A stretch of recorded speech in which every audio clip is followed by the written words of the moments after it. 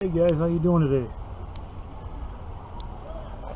Well, I'm going to give you guys a quick video tour of the H and the Allis, but I'm also going to pull the carb and the Magneto off of this H real quick, so I'll go ahead and get that done. But as I was saying, I think it's got the original rear tires on it. It's got two different rear rims, but that's no problem. It's also got the let's see, it's got the front wheels that are like a car wheel, steel car rim, but they're bolted to cut off steel front wheels. So a little bit of improvised wheel in the front, but that's no problem.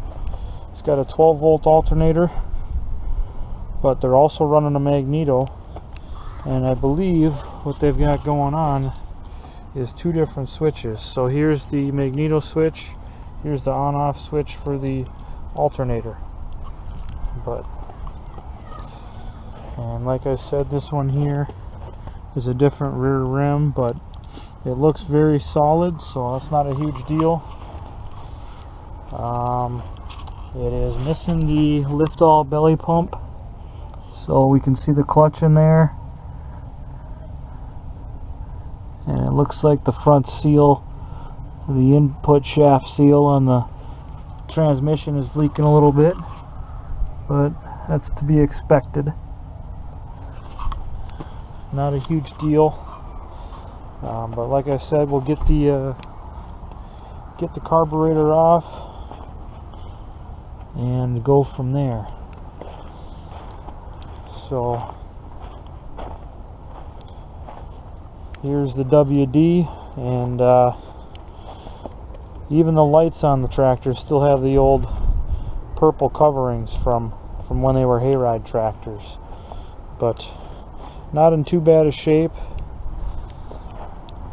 This right rear tire needs air in it, but both tires have got real decent tread on them.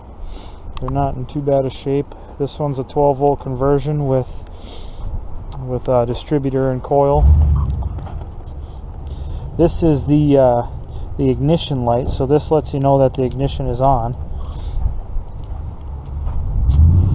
But yeah, it's pretty nice. I'm not real familiar with the Allis tractors, but it's a pretty decent looking tractor. Looks like the rear fender here is starting to rot out, but actually that might be old paint and Bondo or something maybe. But it's got a nice old plow seat on it, pretty cool. But yeah, let's get going on taking these. Here, I'll set the camera down here. Get going on taking this Magneto off and stuff. It's pretty cold out. It's kind of sleeting right now, so I'm just gonna set the camera here and you guys can watch me work.